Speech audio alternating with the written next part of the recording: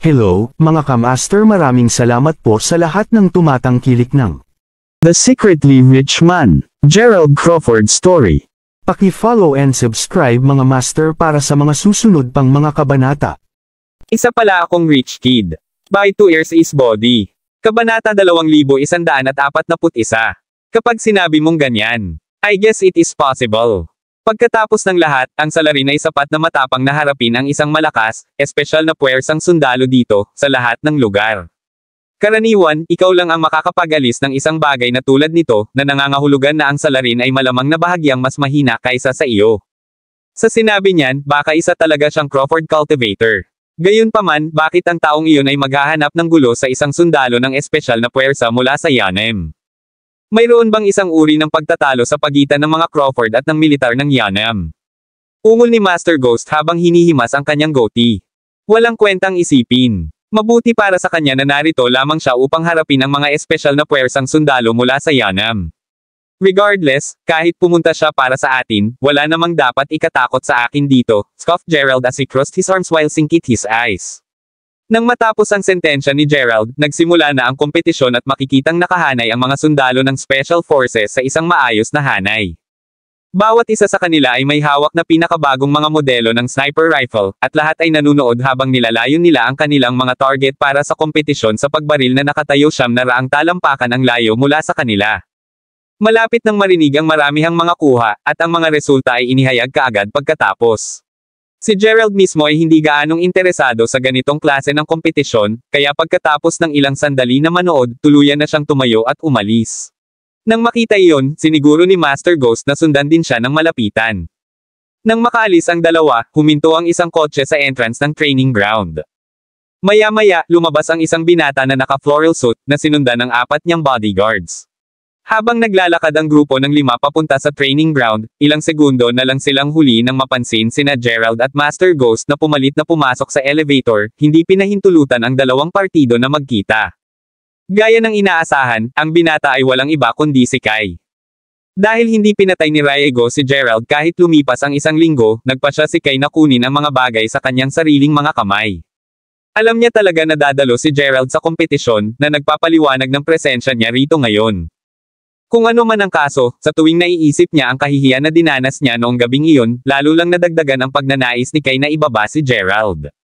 Sa pag-iisip na iyon, hindi siya tutol sa paggamit ng kanyang mataas na katayuan upang mapasulong ang militar at masupol si Gerald. Hindi alintana, nang makita ng koronel si Kai, agad itong tumayo bago nagtanong, "Oh, Ginoong Kanagawa, masaya akong makilala ka dito, sa lahat ng lugar." "Nandito lang ako para tingnan ang paligid," sagot ni Kai habang winawagayway ang kamay, lumilibot ang mga mata sa buong oras.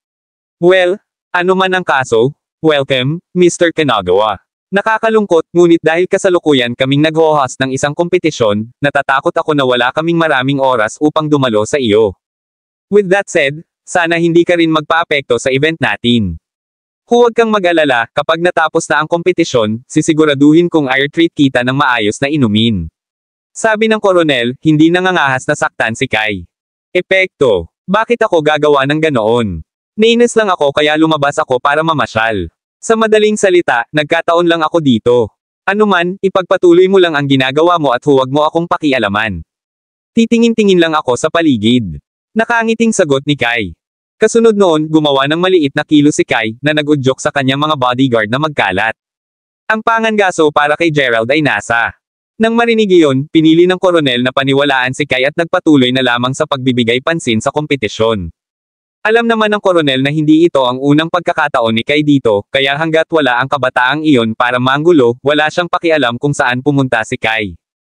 Makalipas ang kalahating oras ay muling nagkita-kita ang mga kampa ni Kai.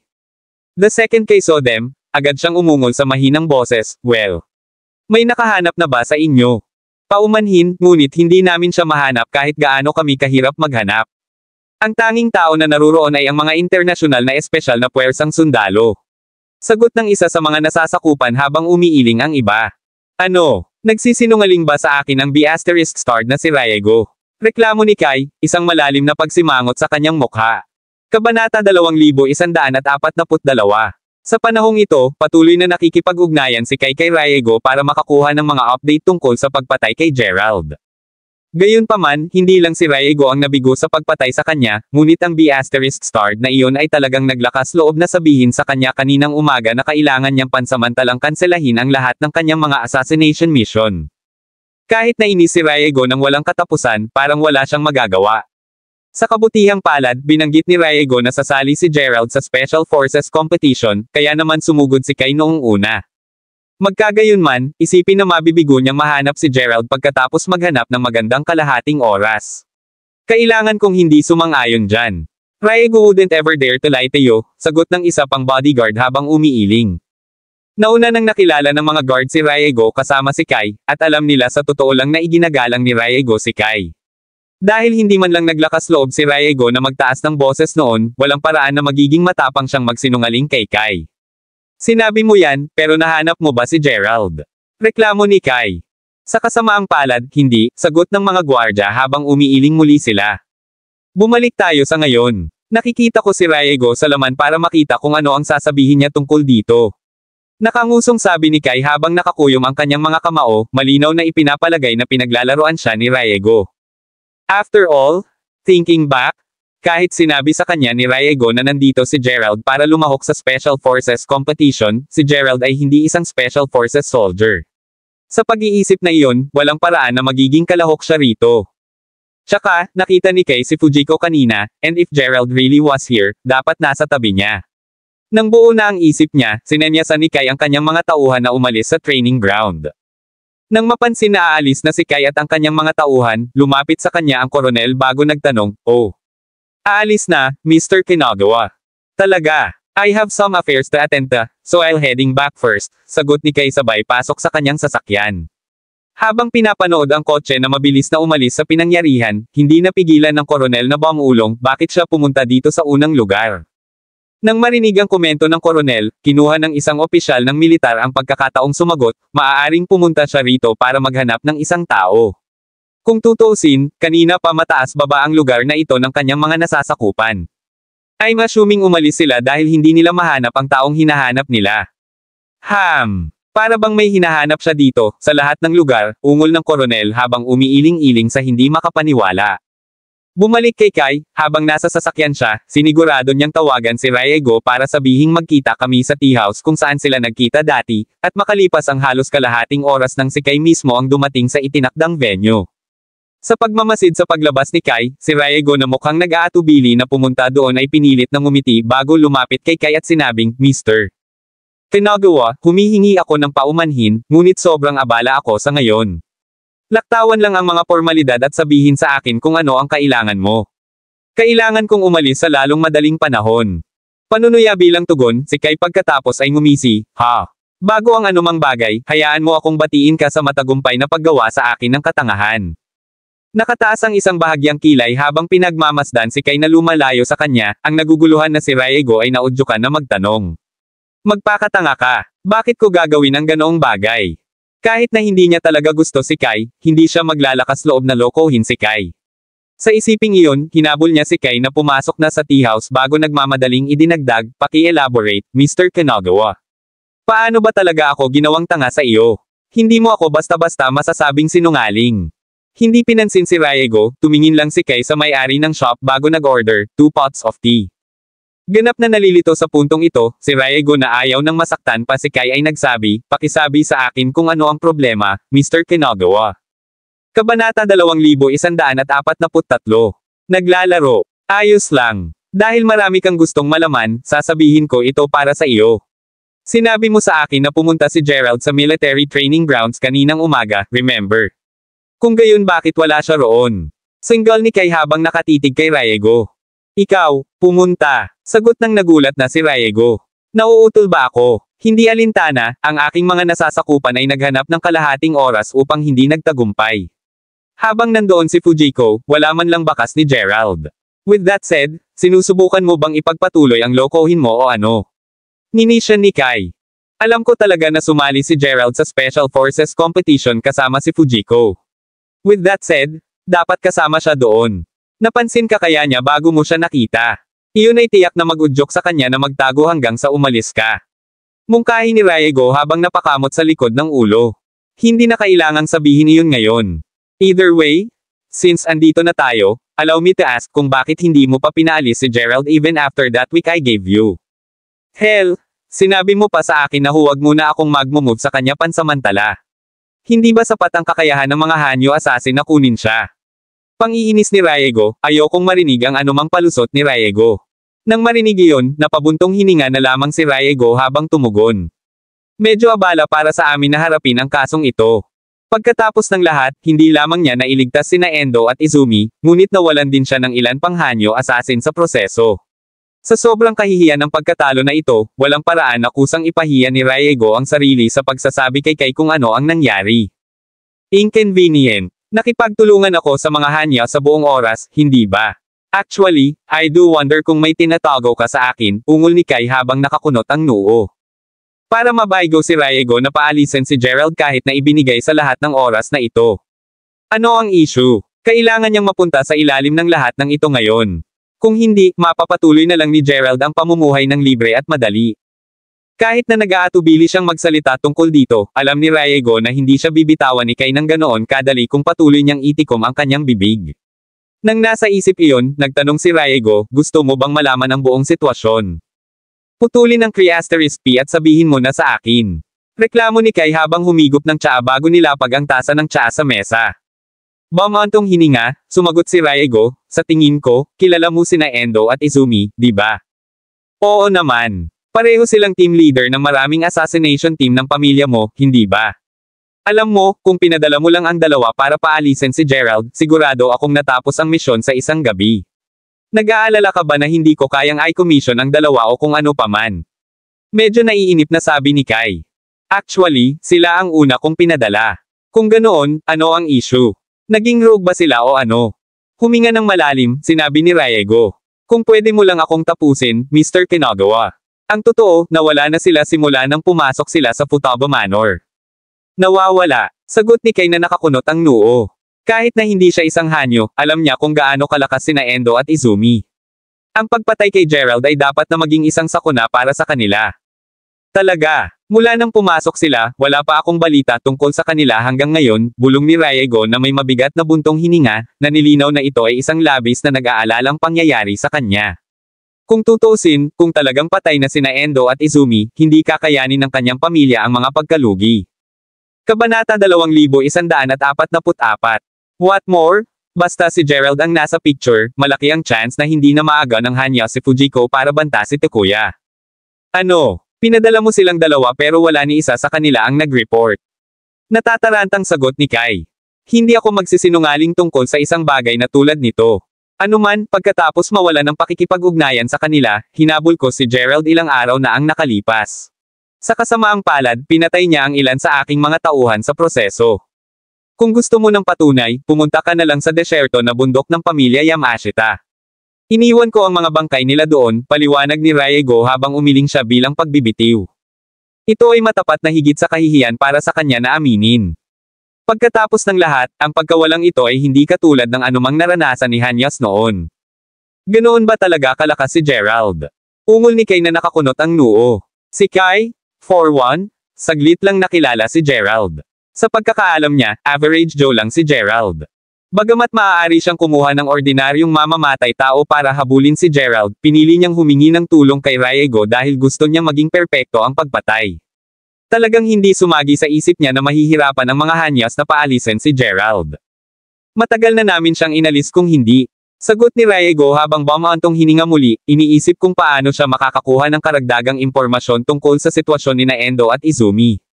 Naisip ni Riego na hindi pa nalaman ng patriarch ang pagkawala ng dalawa. Kapag ginawa niya ito, gayunpaman, ang patriarka ay tiyak na lilipad sa galit. Napakakaiba, paano nakilala ng mga Futaba ang isang malakas na tao? Balita ko, family guest lang si Gerald. Gayunpaman, kung ang pamilya ni Takuya ay may napakalakas na kaalyado, bakit humingi lamang siya ng tulong kay Gerald pagkatapos na ang kanyang pamilya ay nabawasan sa ganoong estado? Ungol ni Kai habang nagsasali ng isa pang tasa ng tsaa para sa sarili bago humigop. Iyan ang dahilan kung bakit sinabi kong mag-lay low ka muna. Gusto ko munang imbestigahan ang background ni Gerald. Eto na, dahil marami na akong nasabi, dapat mong malaman ang tungkol sa isang insidente na nangyari noong nasa desyerto na bundok kami. Kita mo, nakabangga namin ang isang elder ng pamilya Yamashita. May mga nangyari, pero long story short, binigyan ng pagkakataon ng matandang iyon sina Gerald at Fujiko na makatakas habang hindi ako pinapansin. Paliwanag ni Riego sa medyo nag-aatubili na tono. Bagamat hindi niya gustong ibahagi ang impormasyong ito, naisip niya na magpapatuloy lamang sa hindi pagkakaunawaan si Kai sa sitwasyon kung hindi niya sasabihin sa kanya ang buong kwento. Sa pagsasabi ng lahat ng ito kay Kai, hindi lamang maiiwasan ni Riego ang higit pang hindi kinakailangang gulo, ngunit maaari rin siyang makakuha ng tulong mula sa Kanagawas. Ano? Sinasabi mo sa akin na ang mga Yamashita ay may relasyon sa mga Futaba? Imposible yon. Hindi ko pa narinig ang tungkol dito. Sagot ni Kai. Kung ano man ang kaso, magtutuon ako ng pansin sa pagsisiyasat sa lakas at background ni Gerald sa ngayon. Titingnan ko rin ang relasyon sa pagitan ng mga Futabas at ng mga Yamashita. Sa sinabi nito, hindi gagawa ng hakbang ang Hanyas hanggat hindi tayo nakakakuha ng sapat na impormasyon sa sitwasyon. Kung tutuusin, habang kayang-kaya nating saktan ang mga Futabas, ang pagkakasala sa mga Yamashita ay tiyak na magbubunga ng kapahamakan para sa aking pamilya. Kabanata 2145. Dahil marami na siyang nasabi, naisip ni Riego na maaari rin niyang ihayag ang lahat ng iniisip niya sa sitwasyon. Nakikita ko. Salamat sa Diyos tinanong kita tungkol dito muna. Kung hindi, madali akong mapapatay kung ipagpapatuloy ko ang paghabol kay Gerald ngayon. Sagot ni Kai na basang-basa na sa malamig na pawis matapos marinig ang lahat ng iyon. Kung tutuusin, sinong makakaakala na ganito kalakas talaga si Gerald?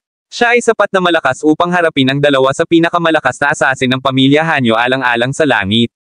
Kung iisipin, kung nabangga ni Kai si Gerald kanina at nagdulot ng eksena, nag-aalala siya ngayon na hindi siya mapoprotektahan ng mga sundalo. Talagang, ano ang iyong desisyon sa bagay na ito? Tanong ni Riego. Babalik muna ako para isaalang-alang ang lahat ng ito.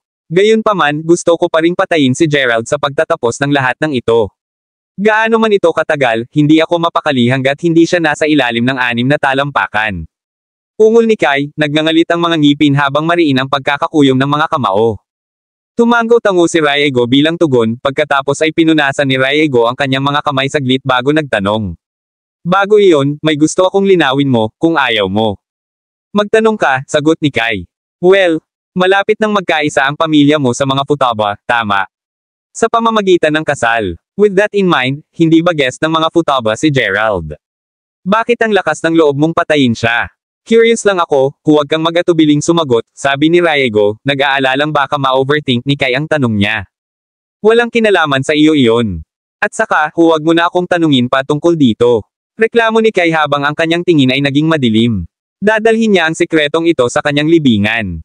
Kung hindi dahil kay Riego, ay ang pinuno ng pangkat ng asasin ng Hanyo at na medyo kapakipakinabang pa rin sa kanya si Riego, inutusan na sana ni Kai ang kanyang mga nasasakupan na patayin ang lalaking iyon para sa pagtatanong ng napakagandang tanong. Panipi tuldok. Naiintindihan, sagot ni Riego, ayaw ng anumang hindi kinakailangang gulo mula kay Kai. Either way, let's just call it a day for now. Sisimulan kong imbestigahan si Gerald at ang mga Futaba kapag nakabalik na ako. I'll be sure to inform you kung may mahanap ako. Ikaw naman, huwag mong isipin ang pagpapabiye sa misyong ito. Tandaan mo, basta mapatay mo si Gerald, handa akong magbayad ng triple sa una kong ipinangako. Deklare ni Kai habang inubos ang tiyan niya at tumayo. Habang pinapanood si Kai na naglalakad palabas, sumagot lang si Riego ng, no problem. Si Riego, para sa isa, ay nakatitiyak na ang Kanagawas ay makakaalam patungkol kay Gerald nang walang masyadong problema. Hindi alintana, nang makapasok si Kai sa kotse, nagsindi siya ng sigarilyo bago nag-cross legs. Dahil sarado na ang mga pinto ng sasakyan, hindi napigilan ng isa sa kanyang mga tauhan na sabihin, nagsisinungaling siya, tama ba? Walang paraan na magiging malakas si Gerald para patayin ang napakaraming mga asasin ng pamilya Hanyo. Mas lalong hindi ka pani-walang isipin na kaya niyang talunin sina Endo at Izumi.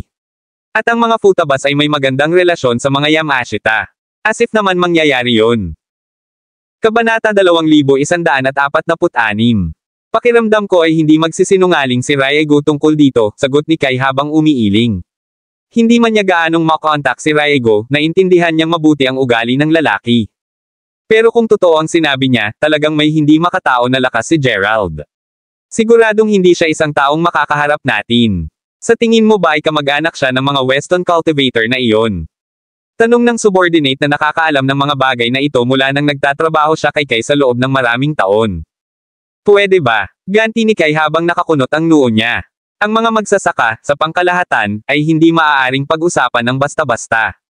Kahit na si Kai at ang kanyang nasasakupan ay hindi mga cultivator, kung may lumabas na balita tungkol sa pagkakaroon ng mga cultivator at nalaman ng mga cultivator na sila ang pinagmumulan ng information leak, tiyak na mapapahamak sila.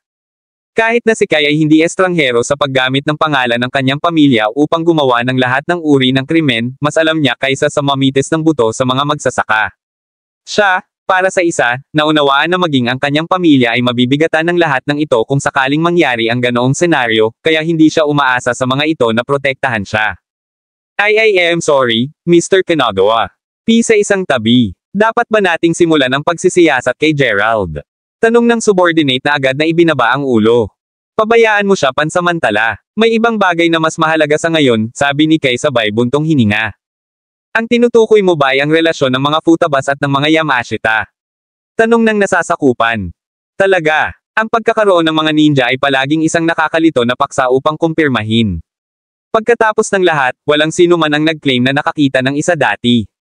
Gayunpaman, ngayong personal na nasaksihan ni Riego ang isa, maaaring makakuha ng maraming ang mga bagay mas magulo kung talagang may something between those two families, sagot ni Kai habang huminga ng malalim. Though he desperately wanted Gerald gone, with the Yamashites ngayon sa equation, mas alam na niya kaysa kumilos ng padalos-dalos. Tiyak na hindi nakatulong na kaya ni Gerald na talunin sina Endo at Izumi sa kabila ng kanilang pinagsamang lakas. Maliban na lang kung kumuha siya ng nangungunang international hitman sa mundo, sigurado si Kai na hindi siya kailanman maglalagay ng banta kay Gerald. Sa pag-iisip tungkol dito, itinaas ni Kai ang kanyang kamay bago sinabing. Manahimik sandali. Makalipas ang halos 10 minuto nang tuluyang nabawasan ng kaunti ang kanyang pagsimangot. Sa katunayan, hindi nagtagal ay ipinakita ni Kai ang isang matagumpay na ngiti habang sinabi niya, sabihin mo sa akin, ano ang ranggo ni Endo at Izumi sa listahan ng internasyonal na assassin. Dapat nasa malapit na sila sa rank 20, sagot ng subordinate na bilang subordinate ni Kai ay kailangang malaman ang posisyon ng lahat ng maimpluwensyang tao sa Japan. Kung ganun, kailangan ko lang kumuha ng top 10 assassins para tapusin si Gerald, di ba? Sa kanilang antas ng kadalubhasaan, sigurado akong magagawa nila ang gawain ng hindi nalalaman ng pamilyang Futaba at Yamashita. Deklare ni Kai habang nakahawak sa baba niya. Talagang mabisang solusyon iyan, G. Kinagawa. Gayunpaman, kung si Gerald ay talagang kasing lakas ng inilarawan sa kanya ni Riego. Paano kung mabaygo ang mga assassin na alisin siya? Tanong ng nasasakupan. Ano? Ang mga mula sa nangungunang 10 ay may sapat na kakayahan upang pumatay ng mga pangulo mula sa Western Union. With that said, there's no way they'd have trouble dealing with a small fry like Gerald. Hindi bababasa, kahit na mabaygo silang patayin siya, naniniwala ako na ang kanilang propesyonal na etika ay magpoprotekta sa aming mga pagkakakilanlan. Dahil dyan, wala akong pagdududa na ang misyon na ito ay matatapos ng walang sagabal kapag kinuha ko sila. Kabanata 2147. Matapos marinig ang sinabi ni Kai, nagpalitan ng tingin ang 4 na nasasakupan bago sinabing, sa palagay namin tama ka. Gaya nga ng sinabi ni Kai, kahit na mabaygo ang mga assassin na patayin si Gerald, malamang na hindi nila ilantad kung sino ang kumuha sa kanila. Bagamat malamang na nangangahulugan ito na mas maraming pera ang kailangang gastusin, ano ang pera sa kanagawas? Sa totoo lang, malamang na mas mura ang pagkuha ng hitman kaysa sa nakasanayan ni Kai na gumasto sa mga bar gabi-gabi. Tapos aayusin na yan. Magmadali at gamitin ang aking pangalan para makipag-ugnayan sa nangungunang 10 assassin sa listahan. Kung gaano sila kalapit sa amin, mas maagang mamatay ang B***starred na iyon. Gayun din, siguraduhing sabihin sa kanila na kung matupad nila ang kanilang misyon, taasan ko ang kanilang bayad hanggang sa 30% mas mataas kaysa sa presyo sa merkado. Deklare ni Kai habang hinahampas ang hita niya. Pagkatapos ng lahat ng nangyari, mas alam ni Kai kaysa magtiwala sa Hanya sa kasong ito. Hindi lamang pagsasayang ng oras ang pag-asa sa kanila, ngunit sigurado siya na ang deposito na ibinayad niya sa kanila ay magiging ganap na pag-aaksaya rin ng pera. Hindi alintana, nang ilabas ng subordinate ni Kai ang kanyang telepono, biglang natigilan ang lalaki bago tumingin kay Kai at bumulong, Mr. Kanagawa. Ano? Sabihin mo na lang. Ungol nang naiinip na si Kai. Galpang, ang subordinate pagkatapos ay nauutil, well. Kung nalaman ng master ang lahat ng ito. Bukod sa pagiging subordinate ni Kai, ang mga lalaking ito ay miyembro din ng pamilya Kanagawa. Sa pag-iisip na iyon, alam ng mga nasasakupan na kung may mangyari kay Kai, kailangan nilang pasanin ang buong responsibilidad. Iyon ang dahilan kung bakit palagi nilang inaabisuhan ang Patriarch ng Kanagawa tuwing aalis sa linya si Kai. Ang paggawa nito ay nagtulak sa Patriarch na sumulong at lutisin ang usapin. Either way, upon hearing that, Kai, who hates it when his subordinate used his father's name to threaten or discipline him, then retorted, hindi niya malalaman basta't ilihim natin lahat, di ba? Matapos magtrabaho bilang mga subordinate ni Kai sa napakaraming taon, ang mga lalaking ito sa totoo lang ay walang pinagkaiba sa kanyang mga pinagkakatiwalaan. Habang alam nila ang lahat tungkol kay Kai, alam mismo ni Kai na kinukuha lang sila ng kanyang ama para bantayan siyang mabuti. Kahit na ang ibig sabihin noon ay alam na ngayon ng kanyang ama ang bawat kilos niya, hindi basta-basta mapapalayas ni Kai ang kanyang mga tauhan. Pagkatapos ng lahat, hindi lamang mawawala ang kalayaan niya sa paggawa nito, ngunit kailangan din niya ang mga ito na gumawa ng maraming bagay para sa kanya. Kung ano man ang kaso, alam ni Kai na kadalasang pamipikit ang kanyang ama basta't wala siyang ginagawang labis. Kahit na siya ay lumikha ng isang gulo, hanggat hindi pa ito tapos sa linya, ang kanyang ama ay tiyak na papasok. Gayunpaman, ngayon na siya ay kumukuha ng nangungunang 10 mamamatay tao, kahit si Kai ay alam na siya ay malinaw na itinutulak ito. Pero sinabi ng amo na ipaalam sa kanya ang bawat kilos mo, Mr. Kanagawa. Kung talagang pinagdadaanan mo ito, imposibleng itago natin ito sa kanya. Kung tutuusin, kung ang mga asasin na iyon ay lumikha ng gulo dito, ang hindi nakahanda na Panginoon ay hindi mareresolba ng ganoon kadali. Sigaw ng isa sa mga nasasakupan. Alam ng lahat ng tauhan ni Kai na kung magtungo ang mga bagay-bagay at hindi nila iuulat ang anuman nito sa Patriarch, wala ni isa sa kanila ang makakayanan ng responsibilidad. Nang marinig iyon, bumantong hininga si Kai bago kumuha ng sigarilyo at sinindihan. Saglit na pinagmamasdan ito, kalaunan ay sinabi niya sa mahinang boses, gaano katagal na kayong nagtrabaho para sa akin? Halos 10 taon na ngayon, young master. Sabay-sabay na sagot ng mga lalaki. Dahil hindi pa ako nagtanong tungkol sa mga detalye ng iniulat mo sa aking ama sa buong mga taon na ito hindi sa sinisisi kita, hinihiling ko lamang bilang kapalit na huwag mong ipaalam sa kanya ang tungkol sa aking gagawin.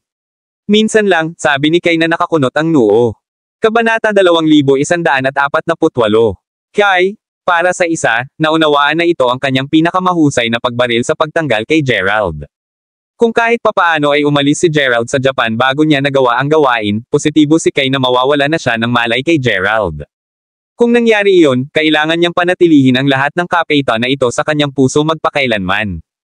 Tina, ungol ng kanyang mga tauhan habang nakatingin sila sa isa't isa ng may pagkadismaya, iniisip kung paano pa sila magpapatuloy. Nang makita kung gaano sila nag-aalala, naglabas si Kai ng ilang bank card mula sa compartment ng sasakyan at iniabot ang isa sa bawat isa sa kanila bago sinabing, "Here." Ang bawat isa sa mga ito ay may $1,000,000 sa kanila. Huwag magatubiling tapusin ang pera. Matapos tingnan ang mga card ng ilang sandali, sa kalaunan, ang tanging magagawa ng mga nasasakupan ay tanggapin ang mga ito. For one, alam nilang desperado na talaga si Kai na wakasan ang buhay ni Gerald at ito na ang pinakamagandang pagkakataon niya para gawin iyon. Gayunpaman, alam din nila na kailangan nilang harapin ang kanyang matinding galit kung tatanggi sila. Ano man ang kaso, habang iniisip ito ng lahat ng mga nasasakupan ni Kai, dahan-dahan nilang tiniyak sa kanilang sarili na ang mga high-profile na assassin ay sobrang confidential sa kanilang impormasyon. Sa pag-iisip na iyon, hanggat walang nagsabi, hindi malalaman ng patriarka. Anuman, pagkatapos tanggapin ng huli niyang mga nasasakupan ang kanyang mga card, si Kai ay naudyukan na magtanong, sa palagay ko ba ay nagkakasundo tayong lahat, kung gayon. Minsan lang ito, young master, gayunpaman, alamin na kapag nalaman ng master ang tungkol dito, nasa kumukulong tubig tayo, ungol ng isa sa kanyang mga nasasakupan. Kahit na mataas ang pusta, hindi maitatanggi ng mga nasasakupan na ang $1,000,000 ay katumbas ng 6 na taong halaga ng sweldo. Cut the *P and contact those assassins already. Kailangan pa nating makita kung sino ang handang gawin ang misyon. Tandaan, kung mas maaga nating maalis si Gerald, mas maaga itong matatapos. Sagot ni Kai habang sinenyasan silang lumapit dito sa medyo naiinip na tono. Malakas at malinaw. Deklare ng kanyang mga nasasakupan na agad na pumasok sa trabaho. Bumalik sa lugar ng pagsasanay, isang buong araw ng mga kompetisyon ang lumipas, at sa wakas ay oras na para sa mga resulta. Bagamat hindi masyadong mataas ang marka ni Aiden, hindi rin masama ang kanyang mga resulta. Hindi bababasa, ang kanyang mga resulta ay higit sa karaniwan. Si Gerald mismo ay walang ideya na hinahanap siya ni Kai in the first place. Dahil nagpahinga siya sa umaga, lalo siyang nakaramdam ng energetic sa oras na sumapit ang gabi. Dahil doon, bago bumalik si Aiden, sinigurado ni Gerald na magtungo sa malapit na restaurant para ibili siya ng isang bundok ng pagkain para sa hapunan. Hindi nagtagal, pumasok si Aiden sa silid, mukhang nalilito habang sinasabi niya, hindi ka maniniwala dito pero, si MS Fujiko ay nakakuha ng mas mataas na resulta kaysa sa akin. Magkano ang mas mataas? Tanong ni Gerald habang pinagmamasdan si Aiden na hinuhubad ang coat niya. Nakakuha siya ng ika-4 na pwesto sa kompetisyon ngayon, ibig sabihin ay mas mataas siya sa akin ng 10 ranggo. Sagot ni Aiden sabay kibot balikat. Sa totoo lang, inaasahan niyang siya ang huling ranggo. Hindi basta-basta binigay kay Fujiko ang titulong Queen of Soldiers, alam mo ba? Feeling ko kung magduel kayong dalawa, malamang manalo siya. Maaari mo siyang imbitahan para sa isang tunggalian kung gusto mong subukan ang pahayag na iyon. Nakangiting sagot ni Gerald. Tiwala si Gerald sa husay ni Fujiko sa martial arts. Kung tutuusin, nasaksihan niya kung gaano siya napigilan ng siya ay inaatake sa likod ng hotel ng gabing iyon. Kung hindi dahil sa katotohanan na pinipigilan siya ng kanyang pangangatawan, tiyak na nailabas niya ang kanyang umaatake. Kung nangyari iyon, hindi na kailangang humakbang pa si Gerald para iligtas siya. Mas gugustuhin kong hindi, pagod na ako pagkatapos makipagkompetensya sa isang buong araw. Ngayon gusto ko lang maghapunan at magpahinga sandali bago maghanda para sa mga kaganapan bukas, sabi ni Aiden habang umiiling. Pagkatapos ng isang buong araw ng mga kompetisyon, pakiramdam niya ay babagsak na siya anumang oras. Kumain na tayo para makatulog ka ng maaga kapag tapos na tayo, sagot ni Gerald habang iminuwestra ang hapagkainan. Sa sinabi nito, nagsimula silang kumain, tinitiyak na talakayin ang anumang iba pang mga isyo na kailangang lutisin sa pagitan ng mga kagat.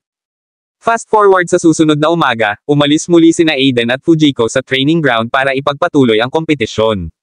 Sina Gerald at Master Ghost naman ay nanatili sa sala para pag-usapan ang mga sikreto ng mapa ng dagat. Di nagtagal, isang barkong pangingisda ang makikita na dumaong sa baybayin ng Japan. Kabanata 2149. Kasunod nito, lumabas sa barko ang isang lalaking nakasuot ng itim na damit na mukhang nasa 6 na talampakan ang taas. Dahil natatakpan ng maskara ang kanyang mukha, tanging matalas niyang mata lang ang nakikita. Bagamat wala siyang pinanghahawakan, ang sinumang makaharap sa kanya ay nanatili sa kanilang distansya. May kakaiba sa aura niya. Anuman, ang lalaki ay pumasok sa isang itim na kotse sa baybayin bago pinalayas, novel drama. Mabilis na lumipas ang kalahating oras, makikita si Kai na naninigarilyo sa isang villa malapit sa Kanagawa Manor. Nakaupo sa kanyang kaliwat kanan, ang 2 bata, hubad na babae, at nakatayo sa harap niya, ang ilan sa kanyang mga nasasakupan. Bagamat patuloy na hinahaplos ng mga kamay ni Kai ang 2 dilag, ang mga nasasakupan ay mukhang hindi natitinag, halos parang sanay na silang masaksihan ang mga ganitong eksena. Bukod sa paminsan-minsang sumulyap sa kanilang mga katawan, ang mga nasasakupan ay kadalasang nakatitig sa kanilang mga sarili. Pagkatapos ng lahat, alam nila na sa kalaunan ay makikipaglaro rin sila sa mga babae. Kadalasan, pagkatapos ng kasiyahan ni Kai kasama ang kanyang mga babae, ipapasa niya ang mga ito sa kanyang mga lalaki bilang rewards. Dahil doon, nasiyahan ang mga nasasakupan ni Kai na makipaglaro hindi lamang sa mga modelo ng prostitution, kundi pati na rin sa ilan sa mga mas mababang ranggo na celebrity sa Japan. Either way, hindi nagtagal ay nagsimulang mag-ring ang phone ni Kai. Pagkatapos kunin, natahimik si Kai saglit bago ibinaba at sinabing, nandito na siya. How? Sino ang nandito? Tanong ng isa sa mga nasasakupan. Anong ibig mong sabihin kung sino ang nandito? Assassin yon. Nakarating na siya sa Japan at kasalukuyang papunta sa kanyang sasakyan. Dapat nandito na siya sa loob ng 1 oras, reklamo ni Kai. Oh, kung gayon, dapat na ba tayong umalis? Tanong ng 2 babae. Dito ka na lang. Gayunpaman, gusto kong makalimutan agad ninyong 2 ang narinig ninyo sa bandang huli, naiintindihan ba ninyo? Ilantad kami at hindi ito mapapasa iyo bago maabot ang mga kahihinatnan sa iyo. At huwag kang magsabi ng hindi kailangan, intindihin mo. Sagot ni Kai habang mahigpit na nakahawak sa balikat nila. Si Kai, para sa isa, ay hindi pa nakontento sa kanyang pagnanasa. Paano kung makatagpo sila ng isang assassin? Parang wala siyang ginagawang masama. Nang marinig iyon at naunawaan kung gaano ito kahalaga, agad na tumango ang mga babae bago sinabing, naiintindihan. Nasaksihan na ng 2 batang babae kung gaano kalubha ang maaaring magkamali kung ang mga katulad nila ay hindi sumunod sa kanilang mga utos. Sa pag-iisip na iyon, hanggat sinunod nila ang mga salita ni Kai, hindi lamang sila mabibigyan ng kahit ano, ngunit maiiwasan din nila ang isang kakila-kilabot na kamatayan. Tumango bilang tugon, tumingin si Kai sa isa sa kanyang mga subordinate at nagtanong, so, saan galing ang assassin? Siya ay mula sa Timog Silangan at ang kanyang codename ay Vulture. Pangwalo sa listahan ng assassin, siya ay pinaghahanap ng Western Union at ng ilan sa mga bansang European. Though he's a world-class criminal, walang nakahuli sa kanya, sagot ng kanyang nasasakupan habang binabasa ang impormasyon sa kanyang telepono. Tulad ng inaasahan, talagang pambihira ang mga mula sa nangungunang sampung. Kung iisipin, nakatakas siya sa hawak ng Western Union sa buong panahon. Sa sobrang kakayahan niya, sigurado akong hindi magtatagal hanggang sa wakas ay matugunan na ni Gerald ang kanyang wakas. Deklare ni Kai habang tumatango sa kasiyahan. Kung naisip niya ito kanina, hindi na siya nag-abala pang hanapin ang Hanyas. Sa sobrang bisyo ng mga nasa top 10, si Gerald ay maaaring patay na ngayon. Bilang mga profesional, si Kai ay sigurado rin na ang bangkay ni Gerald ay haharapin ng napakahusay na ang kanyang pagpatay ay hindi na malulutas. Hindi nagtagal, may narinig na katok sa pinto, na nag-udyok kay Kai na tumayo kaagad habang sumisigaw, narito na si Vulture. Nang marinig iyon, bumukas ang pinto at pumasok ang lalaking nakaitim mula kanina. Sa ikalawang pagpasok niya, naramdaman agad ng lahat kung gaano kadiin ang kanyang aura. Maging ang dalawang babae kanina ay agad na tumingin sa sahig, hindi nang ahas na tingnan ang mukha ng assassin. Kabanata 2150. Matapos laminggalinga sa paligid, agad na tinitigan ng Vulture si Kai bago mahina at paos na nagtanong, "Kinagawa Kai, sa tingin ko." "Iyan, ako. Dahil malayo ka sa Timog Silangan, magpahinga ka muna. Speaking of which, inihanda ko na rin itong 2 dilag para sa iyo. Feel free to do whatever you want with them," sagot ni Kai habang sumenya sa 2 babae. "Nakikita ko. Kung gayon, magpapasalamat ako sa iyo ng maaga, kung gayon." Deklare ni Vulture na hindi naman tumanggi sa mga magagandang babae. Kung tutuusin, ang mga babae na pinanggalingan niya ay lahat ng hindi magandang tingnan, kung tutuusin. Hindi sila maihahambing sa mga babaeng Hapones. Sa sinabi nito, tinanggal ni Vulture ang kanyang coat bago ipinatong ang kanyang mga braso sa balikat ng 2 babae at iginihis sila papasok sa isa sa mga silid. Nang nasa loob na sila, hindi naiwasang magtanong ng isa sa mga nasasakupan ni Kai, Mr. Kinagawa.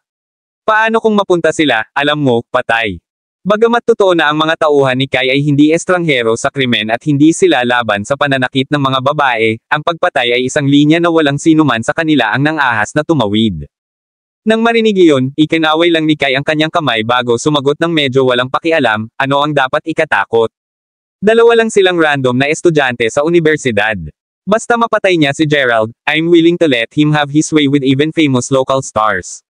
Sa sinabi nito, nagsindi ng sigarilyo si Kai bago ngumiti, na nag-udyok sa kanyang mga tauhan na manatiling tahimik habang hinihintay nilang matapos ang Vulture.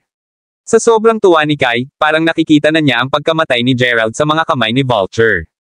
Ano man ang kaso, hindi nagtagal ay lumabas si Vulture sa silid. Nagsuot ng damit, pagkatapos ay sinabi niya, paumanhin sa paghihintay sa iyo, Mr. Kinagawa. Pagsilip sa kwarto, nakita ni Kai na ang 2 babae ay nakahiga sa kama, hindi gumagalaw. Halos parang patay na sila. Kahit ganoon, mas nakaramdam ng inggit si Kai kaysa sa anupaman. Pagkatapos ng lahat, pagkatapos ng bining sa alak at kababaihan sa buong taon, ang kanyang katawan ay ganap na wasak sa punto kung saan siya ay nahirapan kahit na tumayo. Dahil naiinis si Kai sa katotohanan iyon, tinapos ng Vulture na i-button ang kanyang coat at umupo sa sopa bago tumawa habang idinagdag, gayunpaman, masyadong mahina ang 2 iyon. Nakaramdam ng higit na kahihiyan kaysa kailanman matapos marinig iyon, tumango si Kai bago sumagot, alinmang paraan, ngayong masaya ka na, pwede ba tayong magnegosyo, sir? Nagkibit balikat, sinabi lang ng Vulture, fine with me. Okay, so, nariyan ang taong ito na tinatawag na Gerald Crawford, at siya ay isang bisita ng pamilyang Futaba. Hindi ko pa lubusang naimbestigahan ang background niya, pero alam kong medyo malakas siya. Kung tutuusin, kahit ang Hanyas ay hindi nagawang saktan siya, paliwanag ni Kai habang sinenyasan ang mga tauhan niya na dalhin ang mga detalye ni Gerald bago ibigay ang mga ito kay Vulture. Ha! Anong klaseng crappy na pamilya ang Hanyas? Deserve pa ba silang tawaging assassin? Panunuya ni Vulture, hindi man lang nag-abalang basahin ang mga notes na iniabot sa kanya. Ang ginawa niya ay tinitigan ang litrato ni Gerald saglit bago sumagot ng masama. Bagamat naiwan si Kai saglit na nakatulala, mabilis siyang tumawa ng malakas bago sumagot, tama ka. Bagamat totoo na sina Endo at Izumi ay medyo mataas ang ranggo sa listahan ng mga assassin, walang alinlangan na may malaking agwat sa pagitan nila at ng nangungunang 10 mamamatay tao. Sa pag-iisip na iyon, may karapatan si Vulture na tingnan ng mababa ang hanyas. Kabanata 2151. Sa sobrang kumpiyansa ng Vulture, natitiyak ni Kai na tiyak na papatayin si Gerald sa pagkakataong ito.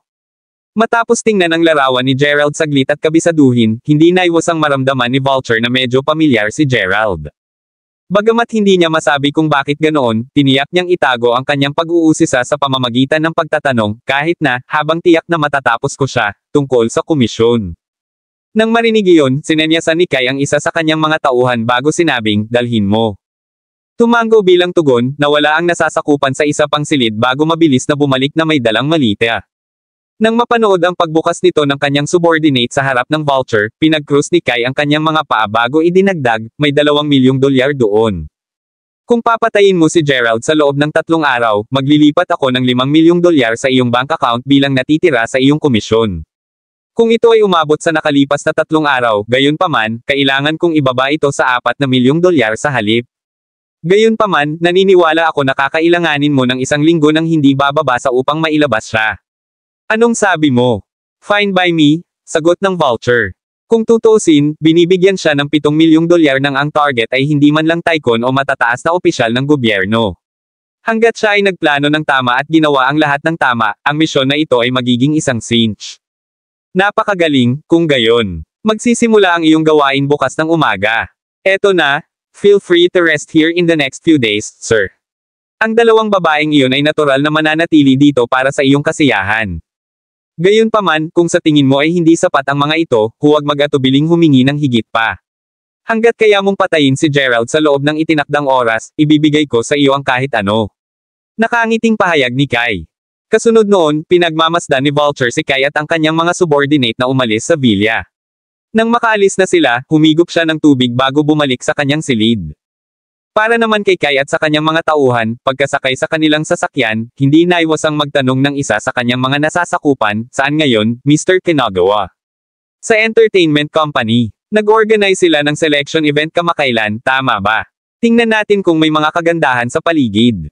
Oras na para magdiwang tayo. Natutuwang sagot ni Kai. Dahil patay na si Gerald sa kanya, tuwang-tuwa si Kai na sa totoo lang gusto niyang magkaroon ng karera ng sasakyan para lang ipakita kung gaano siya kasaya. Nakuha ko, sagot ng kanyang nasasakupan sabay tango bago pinaandar ang sasakyan patungo sa entertainment company ng Kinagawa. Tungkol naman kay Gerald, natural na wala siyang ideya tungkol dito. Anuman, pagkatapos ng magandang gabing pahinga, nagpa siya ang masigasig na kabataan na maglakad-lakad sa paligid ng training ground ng mag-isa habang sina Aiden at Fujiko ay tumungo para lumahok sa higit pang mga kompetisyon. Natural, hindi niya ito ginagawa para lang mamasyal. Ang totoo, gusto ni Gerald na hanapin ang Crawford Cultivator noon pa man. Sa bagay, bago tumama sa dayami noong nakaraang gabi, saglit niyang naramdaman ang presensya ng taong iyon. Sa masasabi niya, ang tao ay nasa loob ng training ground o sa isang lugar malapit dito. Dahil ito ay isang urban area, maraming mga hotel para sa magsasaka na iyon upang itago. Bagamat hindi naman talaga natatakot si Gerald sa taong iyon, nag-aalala siya na maaaring magkaroon ng gulo kung hahayaan niya ang magsasaka na gawin ang gusto niya. Si Gerald, for one, ay ayaw niyang maapektuhan niyan ang mga malalapit sa kanya. Habang naglalakad siya, nabangga ni Gerald si Ichiro na mabilis na nagjogging bago nagtanong, "Oh, anong ginagawa mo dito, Mr. Crawford?" "Namamasyal lang ako," sagot ni Gerald na may mahinang ngiti. Kabanata 2152. Kung ayaw mo, pwede ba tayong mag-usap saglit, Mr. Crawford? Tanong ni Ichiro habang bumantong hininga. Si Ichiro, para sa isa, ay hindi makapagsalita sa kanyang mga kasamahan tungkol sa ilang mga bagay at wala siyang malapit na kaibigan. Sa pag-iisip na iyon, naisip niya na si Gerald ang magiging perpektong tagapakinig. "Oo naman. I don't mind," sagot ni Gerald na may kasamang tango, sa pag-aakalang posibleng marami pa siyang matututuhan tungkol sa taong pumatay sa sundalo ng Yanam Special Forces. Ano pa, ito ang kanyang pagkakataon upang makita kung ang militar ng Hapon ay nagawang malaman na siya ang pumatay kay Adler. "Natutuwa akong pumayag ka. Please, sundan mo ako. Alam mo, nag-mail sa akin ang pamilya ko kamakailan lang, susubukan ko," nakangiting sabi ni Ichiro. Kasunod nito, hindi nagtagal ay nakita nilang naglalakad ang dalawa sa opisina ni Ichiro. Pagpasok, agad na sinabihan ni Ichiro ang sekretarya na maghanda ng tsaa bago sinenyasan si Gerald na maupo. "Patuloy na dama-dami ang mga problema, Mr. Crawford. Kung sa totoo lang, hindi ko alam kung saan ako dapat magsimulang mag-imbestiga. Ngunit kung hindi ako magsisimulang makakuha ng mga resulta, maaaring hindi ko na mapanatili ang aking trabaho. Ungol ni Ichiro bilang pagbibitiw. Sinasabi mo sa akin. Talagang medyo may nangyayari sa paligid ng Japanese training grounds kamakailan gayunpaman, hindi ka pa ba nakakuha ng iba pang mga pahiwatig tungkol sa dalawang pagpatay mula noong huli tayong nag-usap? Tanong ni Gerald sabay tango. Wala sa kaso ni Adler. To think na wala kaming mahanap kahit kalahating buwan na ang lumipas. Parang wala lang bakas ng lalaking naiwan. Talagang iniisip ko na ang pagkawala ni Adler ay isang hindi malulutas na kaso. Para sa ibang tao, natagpuan namin ang kanyang bangkay at ibinalik ito sa Yanam. Habang kami ay kasalukuyang gumagawa ng masusing pagsisiyasat batay sa mga pahiwatig na iniwan ng mamamatay tao, hindi namin alam kung maaamoy namin siya sa huli, paliwanag ni Ichiro.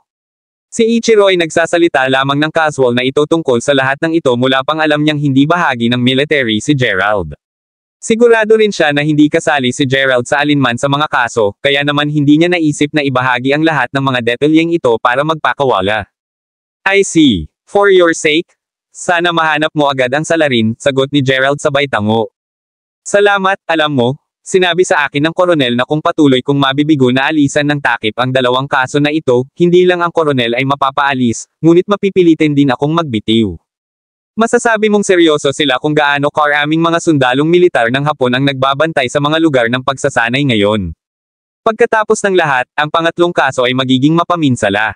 Ako ay prangka at sasabihin na ako ay nagpapasalamat na ang tanging biktima ay ang mga mula sa Yanam. Ibig sabihin, kailangan lang nating bayaran si Yanam ng mga regalo o iba pa. Kung ang mga kaso ay may kinalaman sa isang tao mula sa Western Union, o alinman sa mga bansang European, talagang nasa mainit na tubig tayo. Sabi ni Ichiro habang hinihimas-himas ang ulo na halatang wala sa isip niya. Nang bumalik ang sekretarya ni Ichiro na may dalang tiyaan na nag-udyok kay Ichiro na mag-abot ng baso kay Gerald, hindi napigilan ni Gerald na magtanong, talaga? Kung pag-uusapan, maraming hotel sa malapit, di ba? Dahil mayroon kang taas at pangkalahatang paglalarawan ng katawan ng mamamatay tao, marahil ay makikita mo siya sa loob ng mga hotel sa lugar. Isang isip lang. Natural, si Gerald ay nagmumungkahi lamang nito dahil siya mismo ang nagbabalak na gawin ito noong una.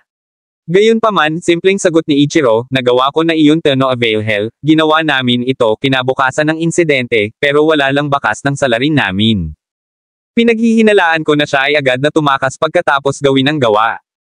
Bahagyang nakasimangot, si Gerald ay naudyukan na magtanong, sigurado ka ba talaga? Bagamat sa una ay may pagdududa siya na ang taong iyon ay isang Crawford cultivator, pagkatapos ng sinabi ni Ichiro sa kanya, tila ang salarin ay talagang isang cultivator. Kabanata 2153. Gayunpaman, ang katotohanang hindi siya mahanap ng Japanese military kahit na malinaw na naramdaman ni Gerald ang presensya ng taong iyon noong nakaraang gabi ay nakakapagtaka, kung tutuusin. Siyempre, ako. Huwag mag-alala, ang pagsisiyasat ay hindi anumang confidential kaya walang dahilan para magsinungaling ako, sagot ni Ichiro habang winawagayway ang kamay. Talaga? Well, swerte ka sa mga investigasyon mo. Sabihin mo sa akin kung kailangan mo ng anumang tulong. Hindi ko iniisip dahil naramdaman kong maayos kami, ani Gerald na may banayad ng ngiti, iyon ba talaga ang ibig mong sabihin, Mr. Crawford? Tanong ni Ichiro matapos saglit na nanlamig. Anong dahilan ko para magsinungaling? Nakangiting sagot ni Gerald. Iyan. Napakaganda. Sa sobrang lakas mo, siguradong mahuhuli ang salarin ng wala sa oras. Medyo excited na bulalas ni Ichiro. Si Ichiro, para sa isa, alam na si Gerald lang ang nagdulot ng malaking gulo sa loob ng Yanam military, at isang taong napakalakas lang ang makakamit ng ganoong gawa. Nambobola mo ako. Regardless, I'll stick to my word, sagot ni Gerald habang inilahad ang kamay para makipagkamay, alam na alam niya na ginagawa lang niya ito sa pag-asang mapagan ang paghahanap niya sa Crawford cultivator. Ano pa, kasama ang pangkat ng pagsisiyasat ng militar ng Hapon, hindi lamang maihayag ng salarin ang kanyang mga kakayahan sa paglilinang, kaya napilitan siyang harapin si Gerald gamit lamang ang kanyang mga kasanayan sa martial arts. Anuman, nang medyo kumalma si Ichiro, hindi niya maiwasang magtanong, pag-isipan mo, ano ang benepisyong makukuha mo sa lahat ng ito, Mr. Crawford? Kung tutuusin, magsasayang ka lang ng oras at lakas sa pagtulong sa amin, tsak lang bilang tugon, naisip ni Gerald ang isang dahilan sa lugar bago sumagot. Katulad nga ng sinabi ko, feeling ko, nagkakasundo kami. At saka, kahit busy si Aiden sa competition, wala naman akong mas magandang gawin. Nakikita ko. Well, Ano man ang kaso, mangyaring tanggapin ang aking pasasalamat sa ngalan ng pangkat ng pagsisiyasat ng militar. Kung mahuli mo ang salarin, tiyak na hihilingin ko sa aking superior militar na itala ang iyong mga merito. Sabi ni Ichiro sabay balik ng handshake ni Gerald. Dahil handang ipahiram ni Gerald ang kanyang tulong sa kanyang pinakamababa, nakita na ngayon ni Ichiro si Gerald bilang isang mabuting kaibigan. Natatawang tugon, pinakawalan ni Gerald ang kanilang pagkakamay bago sumagot, magsikap tayo at makuha ang baluktot sa lalong madaling panahon, pagkatapos.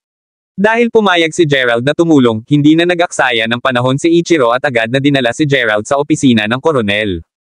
Nang marinig mula sa kalihim ng koronel na posibleng malutas ang kaso sa lalong madaling panahon, inuna ng koronel na bumalik sa kanyang opisina sa halip na ipagpatuloy ang panunood ng kompetisyon. Nang makarating doon ang koronel at umupo sa kanyang mesa, agad na sinimulan ni Ichiro na iulat sa kanya ang lahat ng mga kamakailang insidente habang si Gerald ay nanatiling nakaupo sa isang sopa sa loob ng silid.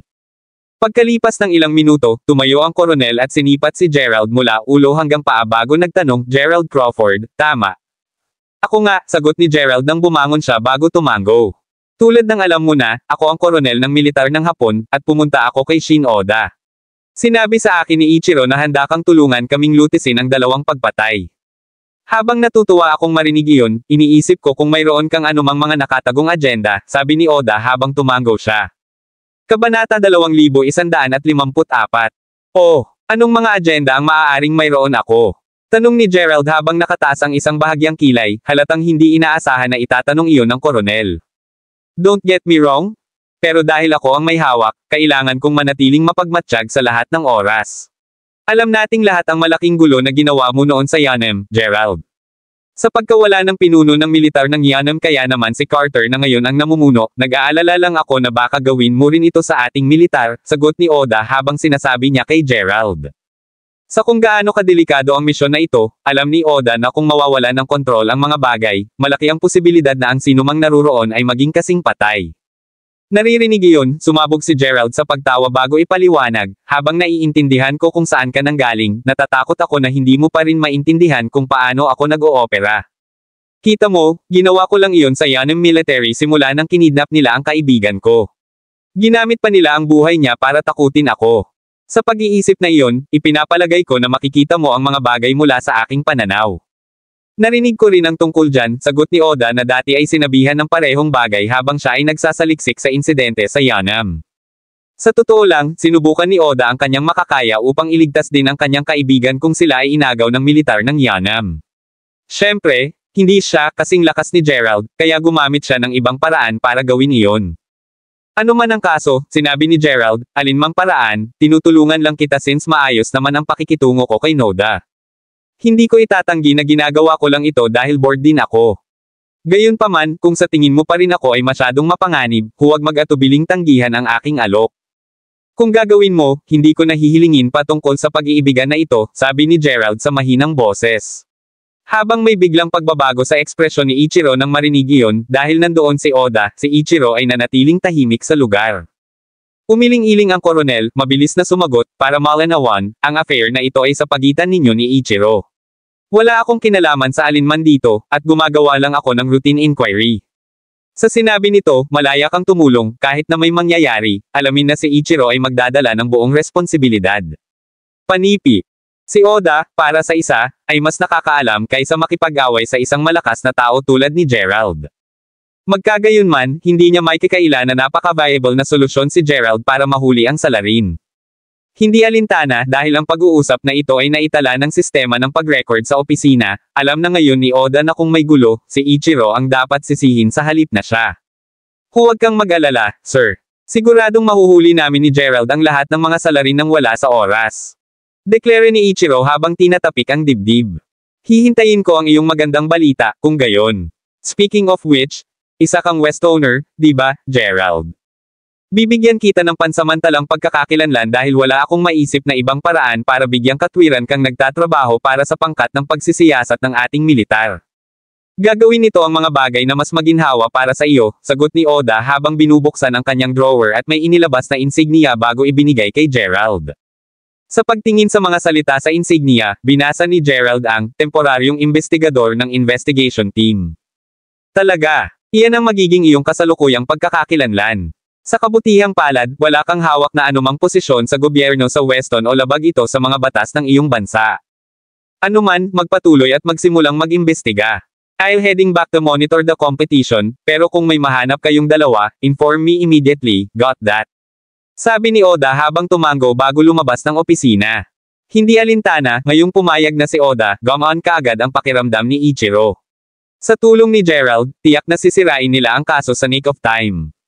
Ngayong ganap na motibasyon, humarap si Ichiro kay Gerald bago sinabing, "Bibilangin ako sa iyo mula ngayon, Gerald. Gayon din. At huwag mag-alala ng labis, ginagamit ko lang ito bilang isang dahilan upang maipasa ang oras," sagot ni Gerald habang nakangiti habang umiiling. Kabanata 2155. Either way, ihatid muna kita sa office. Tatawagin ko ang iba pang miyembro ng investigation team para ipakilala ka sa kanila. Habang tayo ay nasa ito, kukuha ako ng pagkakataong ipaliwanag ang iyong pansamantalang tungkulin sa pagsisiyasat na ito. Sabi ni Ichiro sabay lagay ng kamay sa balikat ni Gerald. Pwede ba tayong mag-usap habang kumakain? Tanong ni Gerald habang tinatapik ang tiyan. Oo naman. Alam mo naman kung nasaan ang opisina ko, diba? Hintayin mo muna ako doon sa labas para kumuha ng pagkain. Sagot ni Ichiro. Kalimutan ng pagkain, kahit na hiniling ni Gerald na pumunta sa ibang lugar, si Ichiro ay madaling umupa sa isang lugar sa loob ng bakuran ng militar. Mabilis na lumipas ang kalahating oras, dumating na ang lahat mula sa pangkat ng pagsisiyasat. Naturally, upon seeing Gerald there, lahat sila rightfully curious. Kung tutuusin, sa kanilang lahat, siya ay isang sospek sa pagkawala ni Adler. Bagamat wala silang ebidensya na ginawa niya ang gawa, sa huli, may motibo pa rin si Gerald para gawin ang krimen. With that in mind, dahil nakaupo lang si Gerald, marami sa kanila ang nag-isip na si Gerald ang nagkusa na isuko ang sarili. Habang malalim ang iniisip nila, pumasok si Ichiro sa opisina na may dalang ilang bag. Nang mapuno ng masarap na amoy ng inihaw na manok ang silid, ipinahayag ni Ichiro, "Nagdala ako ng ilang inihaw na manok kaya siguraduhing ibahagi sa inyong sarili. Ay talye ko kayong lahat habang kumakain kayo." Kasunod nito, naglagay siya ng inihaw na manok sa harap ni Gerald at sinisiguradong mamigay din ang iba sa iba pang miyembro ng team bago umupo sa main seat at uminom ng isang basong tubig. Matapos tumahimik, sinabi ni Ichiro, "Ngayong nandito na ang lahat. Dumiretso na ako sa paghabol. Kababalik lang namin ni Gerald mula sa opisina ng koronel, at nakuha na namin ang green light para gawing pansamantalang investigador si Gerald. Sa sinabi nito, tutulungan niya kaming imbestigahan ang dalawang pagpatay mula ngayon." Ano? Bakit bigla siyang sumama sa investigation team natin? Parang sumasabog na bomba ang anunsyo ni Ichiro, at ang lahat ay hindi maiwasang mapatingin kay Gerald ng hindi makapaniwalang mga tingin. Paano ba naman kasi biglang naging kasamahan nila ang isang sospek? Sa kabaligtaran, mukhang pipino si Gerald habang kinakain niya ang kanyang inihaw na manok, na halos walang pakialam sa kanilang mga titig at komento. Iniiwasan ko si Gerald sa listahan ng mga sospek. Kung tutuusin, kalahating buwan na ang kaso at wala pa kaming ebidensya laban sa kanya. Dahil doon, sinasabi ko na sapat na iyon para patunayan ang kanyang pagiging inosente. At saka, naging mabait si Gerald na kusang loob na tumulong sa amin sa investigasyong ito. Sa sinabi nito, mangyaring isantabi ang iyong pagkabigla at simulan ang pagbubunyag ng anumang impormasyon na iyong nakuha. Oras na para malutas natin ang mga kasong ito. Paliwanag ni Ichiro. Malakas at malinaw. Deklare ng lahat habang tumatango, hindi nangangahas na suwayin si Ichiro. Kasunod nito, inilagay nilang lahat ang kanilang nakasulat na ulat sa mesa, na nag-udyok kay Ichiro na humigop pa lang ng tubig na sabihing, "Sige, Holly, halilihin mong ipaliwanag ang nahanap mo sa nakalipas na 2 araw." Nang marinig iyon, ginawa ng lahat ang utos ni Ichiro. Habang ang iba ay seryoso habang binabasa ang kanilang mga ulat, si Gerald na naka-cross legs ay nagpatuloy lang sa pagkain ng kanyang inihaw na manok. Kabanata 2156. Nang matapos ang iba ay katatapos lang ni Gerald ng kanyang lechon na manok. Habang pinagmamasdan si Gerald na nagpupunas ng kanyang mga kamay, inabot ni Ichiro ang 2 tissue sa binata bago nagtanong, "So, may naisip ka ba?" Halos. Upang maging ganap na prangka, ang impormasyon ay halos walang silbi, kaya hindi ko talaga pinapansin. Kahit na kailangan kong sabihin, medyo masarap ang inihaw na manok, kaya dapat mong kainin ito habang mainit, sagot ni Gerald habang pinupunasan ang bibig. Ikaw. Ungol ng ibang investigador, halatang inis na niloloko lang ni Gerald ang lahat ng pinaghirapan nila. Sayang ang hininga. Anong mali? Tanong ni Ichiro, novel drama. Huwag kang mag-alala, wala namang major. Anuman, dapat magsimula kayong mag-imbestiga sa mga hotel sa paligid ng training ground. Ipinapayo ko sa iyo na irehistro ang bawat hindi Hapon na mananatili sa paligid. Maniwala ka sa akin kapag sinabi kong iyon ang tanging impormasyon na magiging kapaki-pakinabang sa ngayon. Sagot ni Gerald habang winuwagayway ang kamay. Do you honestly think na hindi pa natin naimbestigahan ang paligid? Pati ba naman lahat ng dayuhan? Sa tingin mo ba ang pagre-rehistro sa lahat ng mga ito at paglalagay ng mga ito sa file ay magiging isang cinch o isang bagay? Ni hindi ka tamang miyembro ng pangkat ng pagsisiyasat. Ano ang malalaman mo tungkol sa aming trabaho at awtoridad? Sagot ng ilan sa iba pang miyembro. Gawin mo lang ang sinasabi niya. Tandaan, pinahintulutan siya ng koronel na mapabilang sa aming pangkat, kaya kami ng koronel ang magdadala ng lahat ng kahihinatnan. With that said, kung hindi ka sumasang-ayon kay Gerald, maaari mong dalhin ito sa opisina ng koronel o umalis. Single ni Ichiro habang inihampas ang kamao sa mesa. Nang marinig iyon, natakot ang lahat kaya agad silang tumahimik. Habang si Ichiro ay karaniwang isang magiliw na tao, alam ng lahat sa pangkat ng pagsisiyasat na si Ichiro ay ang uri ng tao na hindi gumagawa ng anumang mga exception sa kung kanino siya nagalit, kahit na ang kanyang pamilya. Sa katunayan, napakasama ng ugali niya noong mga naunang taon niya kaya kilala siya sa pagpapaalis ng maraming tao. Sa pag-iisip na iyon, ang natitirang pangkat ng investigasyon ay maaari lamang sumigaw, malakas at malinaw.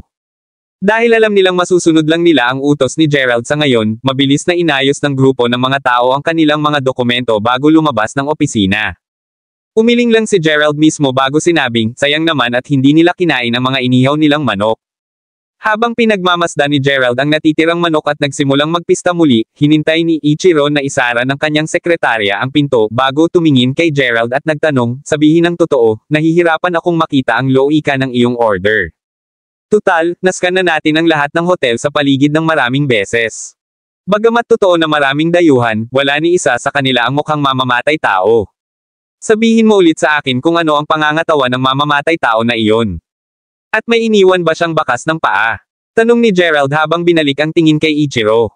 Sa aming natipon, ang tao ay nasa 6 na talampakan ang taas at medyo matibay ang hitsura. Aside from that, size 12 ang footprint niya.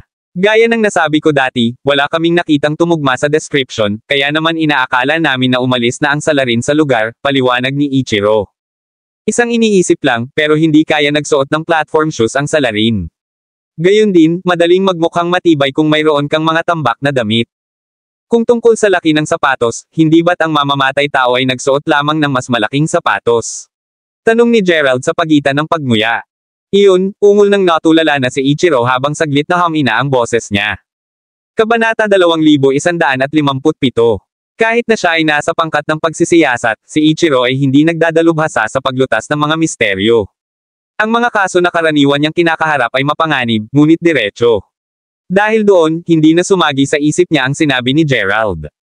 Sa sandaling iyon din napagtanto ni Ichiro na ang footage mula sa surveillance camera ay maaaring maging ganap na walang silbi. Bagamat totoo na nakuha nila ang mukha ng lalaki, matapos marinig ang sinabi ni Gerald, iniisip ngayon ni Ichiro kung nakasuot din ba ng rubber mask ang salarin. Hindi kita masisi kung hindi ka makapagsalita. Regardless, kaya ako nasabi na walang kwenta ang information na binigay ng mga subordinate mo kanina. Ito rin ang dahilan kung bakit sinabi ko sa kanila na mabilis na tukuyin ang sinumang dayuhan na nakatira sa mga kalapit na hotel. Tawagin itong isang pakiramdam ng gut, ngunit mayroon akong isang hunch na ang tao ay narito pa rin, sagot ni Gerald na may banayad ng ngiti. Wait lang, bakit foreigner lang? Tanong ng naguguluhang si Ichiro. Malaya kang mag-imbestiga sa mga lokal kung gusto mo, ngunit pakiramdam ko ang pagpatay ay higit pa sa isang gawa ng paghihiganti. Kung tutuusin, mga taga-Yanam lang ang pinatay ng salarin kaya naman sa tingin ko ay hindi ginawa ng mga taga roon. I could be wrong, though, sagot ni Gerald. Si Gerald, for one, alam talaga na tinutulungan lang niya ang mga ito para mahanap niya ang Crawford cultivator. Bagamat inamin niya na makasarili ang motibo niya, naniniwala rin siya na ang cultivator ay ang pumatay sa sundalo ng Yanam Special Forces. Sa pag-iisip na iyon, mayroon siyang dahilan upang maniwala na ang pagsisiyasat sa mga lokal ay magiging isang pag-aaksaya lamang ng enerhiya. Nakikita ko, alinmang paraan, huwag kang mag-alala. Uutusan ko ang aking mga nasasakupan na magsagawa ng masusing pagsisiyasat sa lahat ng nakapalibot na mga hotel. Deklare ni Ichiro na ngayon ay higit na nagtiwala kay Gerald. Kung tutuusin, binigyan lang sila ni Gerald ng mga bagong lead para tingnan. Ngayon, nagkaroon na talaga sila ng pagkakataon na i-crack ang kaso. Mismong si Gerald na katatapos lang ng pangalawang roasted chicken ay nagpakawala ng malaking dumighay bago sinabing, "I'm sure you will." Oo nga pala, ang sarap talaga ng roasted chicken. Hindi mo naman tatutol na bawiin ko ang iba, di ba? Habang iniisip ni Gerald na patikim din si Master Ghost, tumawa lang si Ichiro habang sumagot, "Feel free. Sa totoo lang, kung gusto mo sila, handa akong ipadala sa iyo araw-araw. Hindi na kailangan yan. Alinmang paraan, babalik muna ako. Makikipag-ugnay ulit ako sa iyo ngayong gabi," sagot ni Gerald habang bitbit ang natitirang inihaw na manok. Sa pagmamasid sa pag-alis ni Gerald, tumayo si Ichiro sa pwesto ng ilang sandali, dahan-dahang naglalaan ng oras upang proseso ang lahat ng sinabi ni Gerald. Sa kalaunan, hinawakan niya ang kanyang Amerikana bago umalis upang bantayan ang mga pagsisikap sa pagsisiyasat. Hindi nagtagal ay bumalik si Gerald na may hawak na inihaw na manok. Pagpasok sa silid, si Master Ghost na nanunood ng telebisyon ay hindi napigil ang tumayo habang nagtanong, "Iyan ba ang inihaw na manok na naaamoy ko?" Bingo! Si Noda Ichiro, ang pinuno ng pangkat ng pagsisiyasat ng militar ng Hapon, ang kumuha ng mga ito para sa amin. Well, I ended up became a temporary investigator para sana mapagan ang paghahanap ko sa Crawford cultivator, paliwanag ni Gerald. Nakikita ko, sa panig ng investigation team, hindi lang tataas ang posibilidad na mahanap mo ang cultivator, kundi kahit na matuklasan ka ng cultivator, malamang na hindi siya maglalakas loob na umatake, sagot ni Master Ghost pagkatapos mag-isip tungkol dito. Talaga, alinmang paraan, kumain ka. Ang manok ay hindi nagalaw, kung ikaw ay nag-aalala tungkol dito, sabi ni Gerald na tumango habang inilalagay ang manok sa harap ni Master Ghost. Natutuwa akong marinig. Alam mo, lalabas lang sana ako para kumuha ng pagkain kanina, pero parang bumalik ka sa takdang oras, sagot ni Master Ghost habang hinihigop ang manok bago pinunit ang isang drumstick at isinuot sa kanyang bibig. Kumbaga, eto na, pupunta ako sa hotel ngayong gabi para tingnan ang paligid. Sa anumang swerte, mahahanap ko ang Crawford cultivator at mabilis na mapupuksa siya, sabi ni Gerald habang nakaupo siya sa harap ni Master Ghost. Gusto mo bang samahan kita? Tanong ni Master Ghost sabay tango. Well, kasama ang pangkat ng pagsisiyasat doon, dapat kang maging ligtas. Sa sinabi nito, sigurado, bakit hindi? Sagot ni Gerald matapos mag-isip saglit. Kabanata 2158. Sa mabilis na paglapit ng gabi mamaya, mabilis na nagsimulang maglakad sina Gerald at Master Ghost kung nasaan si Ichiro at ang iba pa. Tulad ng para sa mga miyembro ng pangkat ng pagsisiyasat, pagkatapos mag-imbestiga sa buong araw habang patuloy na hinihimok ni Ichiro, nagawa nilang suriin ang hindi bababa sa kalahati ng mga nakapaligid na hotel at guest house. Bukod sa rehistrado, ang sinumang dayuhan na naninirahan sa mga lugar na iyon ay pansamantalang ikinulong sa ilalim ng militar ng Hapon, at kasalukuyang binabantayan ng mga sundalong Hapones. Anuman, habang ang dalawa ay nagpatuloy sa pagpunta sa kinaroroonan ni Ichiro, tiniyak ni Gerald na ay talye kung ano ang naranasan niya sa nakalipas na 2 araw kay Master Ghost. Matapos pakinggan ang lahat ng iyon, hindi napigilan ni Master Ghost na sabihin, "Sa totoo lang nagulat ako na susundin ng pangkat ng pagsisiyasat ang iyong mga utos tulad nito." Para kay Master Ghost, dapat si Gerald ang pangunahing sospek sa pagkawala ni Adler. Ganun pa man, sabay-sabay siyang natuwa na hindi masyadong na-monitor ng investigation team si Gerald. Kung tutuusin, pinayagan nito si Gerald na talagang sumali sa kanilang team. Ano pa, tunog ni Ichiro na parang pinagkakatiwalaan niya si Gerald. Ang katotohanan ay sinabihan, hindi ko inaasahan ang mga bagay na pupunta ng maayos, bagaman hindi naman ako nagrereklamo. Anuman, dahil ako ay gumagawa ng aking hakbang sa ilalim ng pagkukunwari ng isang miyembro ng pangkat ng pagsisiyasat, ang Crawford cultivator ay tiyak na hindi aasahan ang pagkakaroon ng isa pang magsasaka. Sa pag-iisip nito, sa sandaling makakuha ako ng sapat na kaalaman tungkol sa kanya, magiging madali para sa akin na ilabas siya, sagot ni Gerald sabay tango habang patuloy na naglalakad. Ilang sandali matapos silang umalis sa training ground, silang dalawa ay sinalubong ng paningin ng ilang miyembro ng investigation team at halos walang katapusang mga sundalong Hapones sa magkabilang gilid ng kalye, lahat sila ay maingat na nagbabantay sa mga pasukan ng lahat ng hotel at guest house sa paligid. Bagamat ilang mga driver ang agad na tumalikod upang umalis sa lugar nang makita ang lahat ng ito, marami pa rin ang mga nanunood. Ang mga taong ito ay nakatira sa paligid ng lugar ng pagsasanay, at alam na alam nila na ito ay isang pambihirang pagkakataon para sa militar na magalit ito. Sa pag-iisip na iyon, natural lamang para sa kanila na magsimulang talakayin kung ano ang nangyayari sa kanilang sarili. Either way, Nang mapansin ni Ichiro ang presensya ni Gerald, agad na binitawan ni Ichiro ang anumang ginagawa niya at nagjogging papunta sa kabataan habang sumisigaw ng, "Gerald!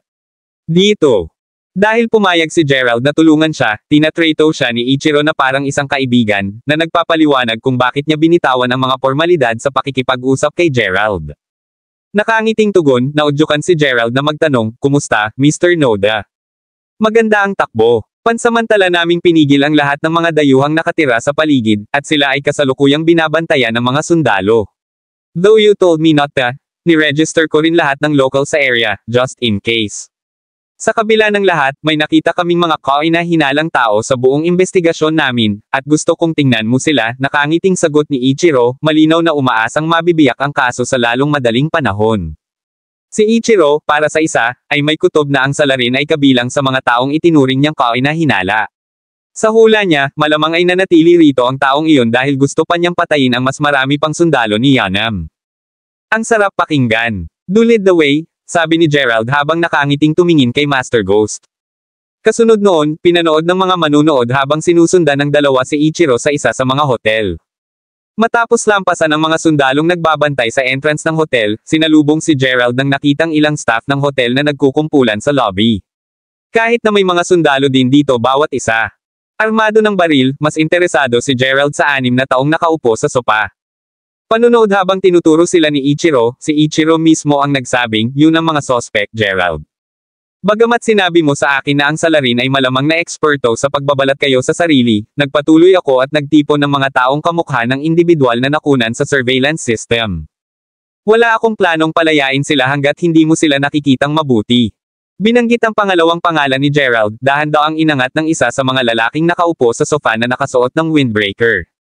Nang makita niya si Gerald ay hindi niya naiwasang sumimangot. Ang tao mismo ay walang iba kundi si Amare, ang Crawford cultivator. Kabanata 2159. Batay sa time limit na ibinigay sa kanya ng Patriarch, ito ang dapat na ika-6 at huling araw ni Amare sa Japan. Kung hindi pa rin niya mahanap si Gerald, kailangan pa niyang umalis bukas, kaya hindi niya makumplito ang misyon na itinalaga sa kanya ni Will. Tulad ng pakiramdam niya na ang lahat ng pag-asa ay nawala at na siya ay mabibigo na makuha ang mabuting panig ni Will, si Gerald ay humarap sa kanya. Wala nang mahihiling pa si Amare na mas maganda. Gayunpaman, sa napakaraming sundalong Hapones sa paligid, mas alam ni Amare kaysa kumilos ng padalos-dalos. Dahil doon, saglit niyang sinulyapan si Gerald para lang kumpirmahin ang kanyang pagkakakilanlan bago mabilis na umiwas ng tingin. Umiwas ng tingin ang pangalawang Amare, napansin agad ni Gerald na may nakatitig sa kanya. Nakataas ang isang bahagyang kilay, tumingin si Gerald sa mga individual na nakaupo sa sofa. Habang hindi niya matukoy kung sino ang nakatitig sa kanya kanina, ang nasa gitna ay medyo natigilan sa iba. Sa pag-iisip na iyon, huminga ng malalim si Gerald bago ay activate ang isang maliit na bahagi ng kanyang Herculean Primordial Spirit. Tanging napagtanto na walang kahit katiting na pagbabago sa mahahalagang chi. Dahil doon, mabilis niyang binawi ang kanyang Primordial Spirit. Kahit na walang anumang mahahalagang pagbabago sa chi, hindi maiwasan ni Gerald na maramdaman na ang taong iyon ay hindi isang ordinaryong tao. Sa pagtitiwala sa kanyang loob, tiniyak ni Gerald na papansinin ang lalaking iyon.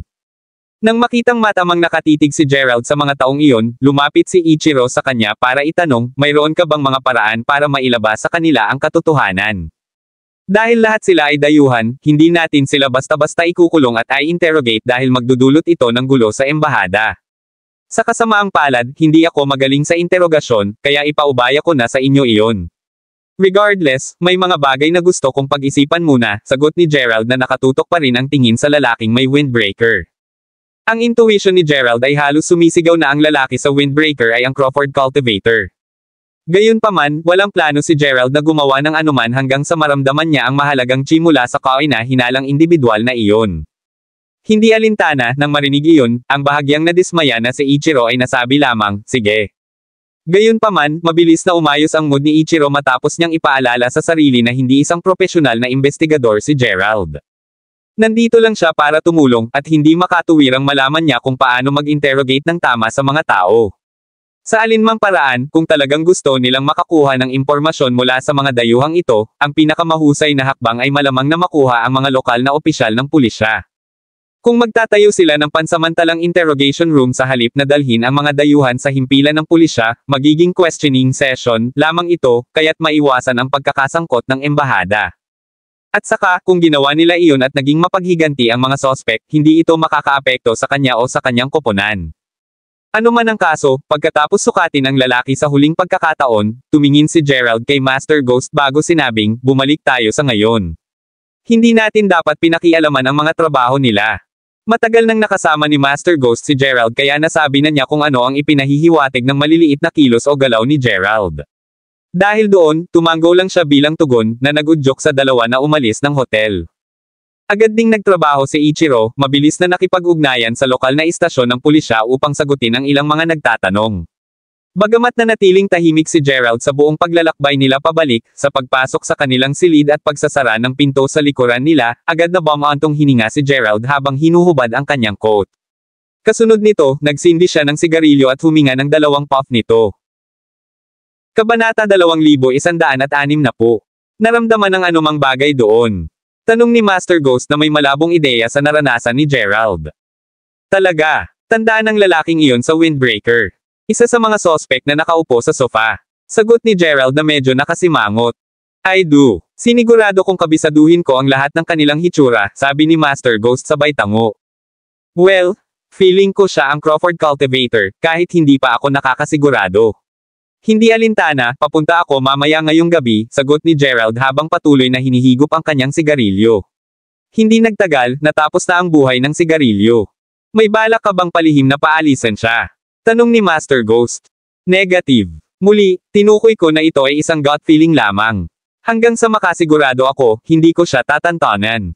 Di bale, simula nang mapansin ko siya, sigurado akong napansin niya rin ako. Kung tutuusin, malamang noong unang binanggit ni Ichiro ang pangalan ko nang mapansin kong tinatitigan ako. Alinmang paraan, ang plano ko ngayong gabi ay bahagyang ilantad ang aking cultivation para ilabas ang taong iyon. Kapag na-confirm ko na Crawford cultivator siya, aalisin ko siya ng mabilis, paliwanag ni Gerald habang inilalagay ang nasunog niyang sigarilyo sa isang ashtray. I see. Speaking of which, nakuha mo bang maunawaan kung gaano siya kalakas? Pagkatapos magkalkula ng kaunti, pakiramdam ko ay mas mahina siya kaysa sa iyo, kahit na hindi mo dapat pababayaan ang iyong pag-iingat hanggat hindi ka sigurado, sagot ni Master Ghost sa medyo nag-aalalang tono. Huwag kang mag-alala tungkol dito. Hindi ko talaga tinatrato ang sinuman mula sa pamilyang Crawford bukod sa Will na nais makipagkompetensya sa akin ng labis upang masecure ang kanyang posisyon bilang tagapagmana ng Crawfords. Sa totoo lang, gusto kong makilala siya upang makita lamang kung gaano kahusay ang pananaw ng aking lolo, pang-iinis ni Gerald bago umiling-iling. Well, dahil sinabi mo na, hindi na ako magtatanong ng higit pa dyan. Mag-ingat ka pa rin. Pagkatapos ng lahat, sa huli, ang Crawfords ay isang pamilyang naglilinang. Pagkatapos magdusa ng magkakasunod na pagkatalo sa iyong mga kamay, nag-aalala lang ako na nagpadala sila ng mas malakas na magsasaka pagkatapos ng iyong ulo sa pagkakataong ito, ungol ni Master Ghost. Bagamat totoo na si Gerald ay hindi makatao malakas, ang Crawfords ay mayroon pa ring daan-daang taon na karanasan bilang mga magsasaka. Sa pag-iisip na iyon, walang sino man ang tunay na nakakaalam kung gaano katatag ang pamilyang iyon.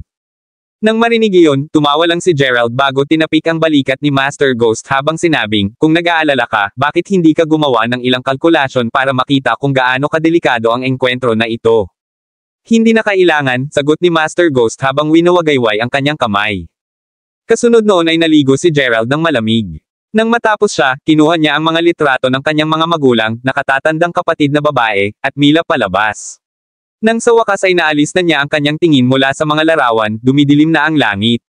Nang makarinig ng ilang magulong yabag na dumaan sa kanyang bintana, maingat na ibalik ang mga litrato sa kanyang bulsa bago magsindi ng sigarilyo at tumungo sa bintana upang tumingin sa ibaba.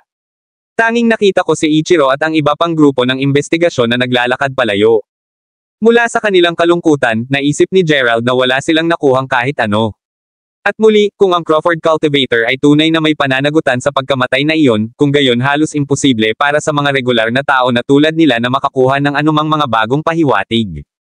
Ano man ang kaso, nang mawala sila sa paningin, itinapon ni Gerald ang kanyang sigarilyo bago isinuot ang kanyang Amerikana. Maya-maya pa, lumampas na siya sa malaking entrance ng training ground, at sa ikalawang pag-alis niya sa lugar, agad na na-activate ni Gerald ang kanyang Herculean Primordial Spirit, sinisigurado na paalisin ang ilang mahahalagang chi sa parehong oras. Makalipas ang ilang segundo, si MRA na kakaalis lang ng kanyang hinala ay na-alerto sa biglaang pagbabago-bago ng mahahalagang chi. Dahil doon, binuksan niya ang bintana ng kanyang kwarto, at hindi nagtagal, nawala ang kanyang anyo sa lugar. Isang araw na lang ang natitira sa kanya bago siya umalis sa Japan. Kailangan niyang kumilos ng mabilis kung hindi ay tiyak na parurusahan siya ni Daryl sa pagbabalik ng huli. Maraming salamat mga Kamaster sa walang sawang pagsusubaybay, isang like, share, and subscribe naman dyan mga Kamaster. Abangan ang susunod pang mga kabanata.